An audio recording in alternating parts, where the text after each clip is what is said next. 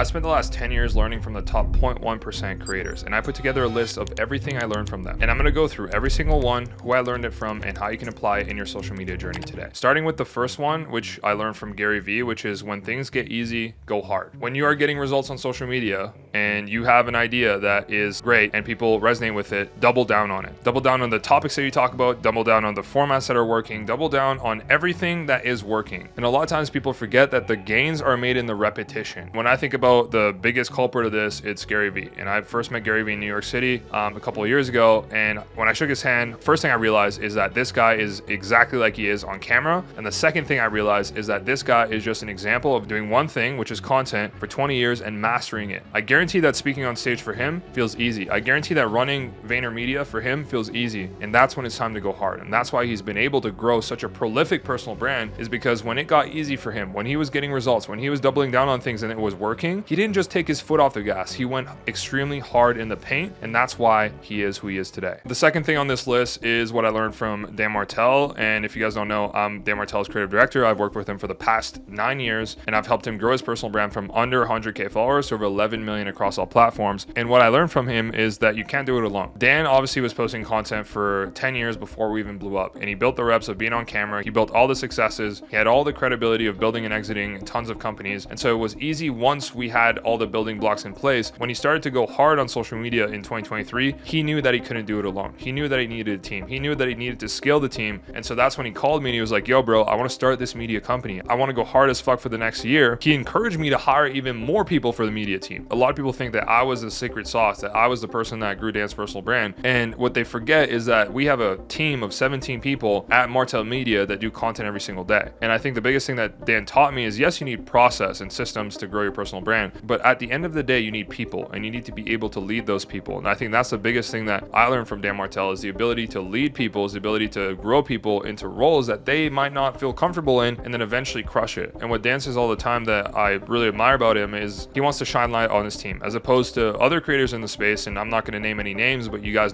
all know them, that hide their team members because they're scared that people are going to poach them. People like Dan actually shine light on their team members. And Dan does this because he understands that it's actually the opposite effect. If you shine light on your team and you grow their brand and you help them and you give them credit, they're even less likely to be poached. People are confused why I haven't left Martell Media, why I haven't gone out and done my own thing when I totally could. And it's because Dan encourages us to grow our personal brands. Dan actually shines light on us. And by the law of reciprocity, when someone does something to help you, you're going to want to do more to help them. And by the way, if you're on the same journey and you want to do just like Dan did and hire your content manager, your creative director, just like me, and you want our internal SOP that actually helps you find, hire, and train that person, just find me on Instagram, message me the word SOP, and I'll send you our hiring playbook. Which brings us to the third thing on this list, which is a strategy I learned from Maria Went. If you guys don't know Maria, she is the low ticket offer queen. And it's that you should do one thing better than 99% of people, not 99 things just like everybody else. When I look at how Maria operates, she knows what she's good at. She's good at low ticket offers, and she fucking crushes it, everyone that she works with. And that is what she's doubling down on. She's not getting sidetracked with side businesses. She's not getting sidetracked with other offers. She's not getting sidetracked with content strategies. She's not chasing viral growth. What she's doing is she's being known for one thing. She's focusing on one thing, and she's getting better at that one thing than 99% of people. And that's something that I try to adopt in my content strategy, which is I just want to be known for content creation. And if I can be known for content creation better than 99% of people, that is how you will build a prolific personal brand. A lot of people try to split their interests, talk about different things that they're interested in, right? Business, mindset, productivity, AI. Problem with that is, yes, it works for the people at the top because they've already built their personal brand,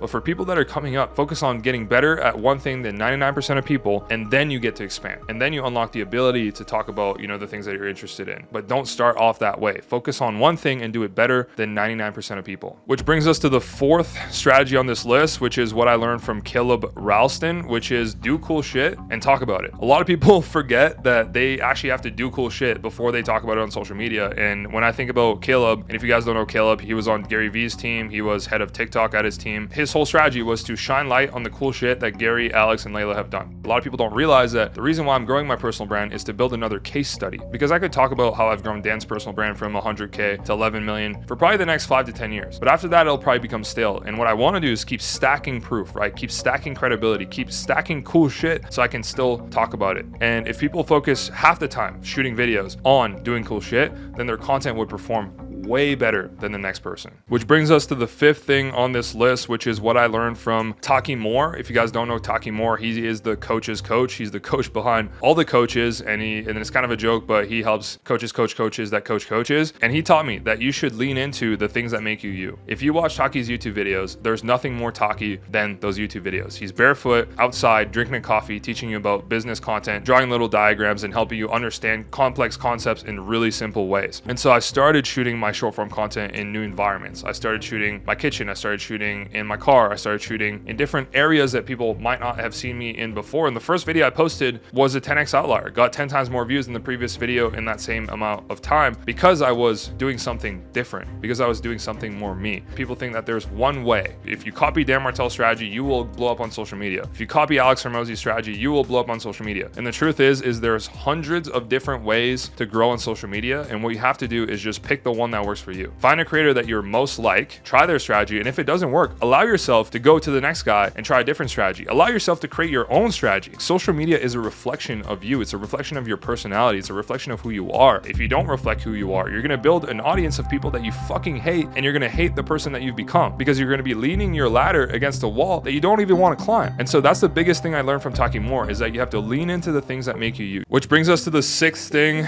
on this list, which is what I learned from Chris Williamson. If you guys don't know Chris Williamson, he has one of the biggest podcasts in the business space, in the mindset space, in the personal development space. What I learned from him is the war is won in the small battles. And when Dan Martell went on his podcast, I was there with him and observed how they shoot the podcast. And they are maniacal in every single detail. They make sure the shots banger. They make sure the questions are dialed. They make sure that the audio is dialed. And I think a lot of those things actually are overlooked. They go under the radar. That's the whole point. Be as maniacal in the details as possible. Be as maniacal in the questions that you're asking your guests, in the guest quality, right, that you actually bring on. Like, Chris doesn't bring on B players on his podcast. He always brings A+ personalities that then grow his podcast. And that's the biggest thing I learned from Chris, is that you're winning the whole war in every single small battle that you win. Which brings us to the seventh thing I learned on this list, which is from Layla Hormozi. If you guys don't know Layla, she is the mastermind behind acquisition.com. She is also the wife of Alex Hormozi. A lot of times people say that she is the brains behind the operation. She's the person running the show, and she's the person, accountable for people and talent. And what I learned from Layla, especially when it comes to content creation, is that your vulnerability is your advantage. And when I think about all the videos that pulled me closer to her world, or all the videos where she was the most vulnerable, where she talked about the things that she wasn't good at before and then she became good at later on, that is stuff that I didn't know. Knowing her for over, I think, 7 years now, way before they were big on social media, I truly admire the fact that she is able to have that vulnerability, but then also have takeaways from that vulnerability. And I think the biggest mistake most people make is they're just doing a cry fest on social media, and then they don't actually have a takeaway on the back end. And what I learned from Layla is that, yes, you can be vulnerable, but every single point of vulnerability has to have a takeaway, has to have a lesson, has to have something that people can implement in their lives. And that's the biggest thing that I learned from Layla Hormozi. Which brings us to the last strategy, which actually comes from Dan Martell again, which is you can't lose if you don't quit. A couple days ago, I posted a video on my social media talking about how I've been on this mission of getting to 100K followers with just my iPhone, to prove you don't need any fancy equipment to get views on social media. I say in that video that I thought I would be at 100K followers in under 6 months, and it's been 7 months and I'm still under 60,000 followers. And I'm a little embarrassed because I have over 10,000 hours of growing people on social media, but there's a lesson in there somewhere. It doesn't matter how smart you are. It doesn't matter how much you know. Results are on the back end of time. And the only way that you can guarantee that you don't lose is if you don't quit. When I look at Dan Martell's social media journey, for example, it took him 7 years to get to 100K followers. From year 7 to year 9, he grew from 100K followers to over 2.9 million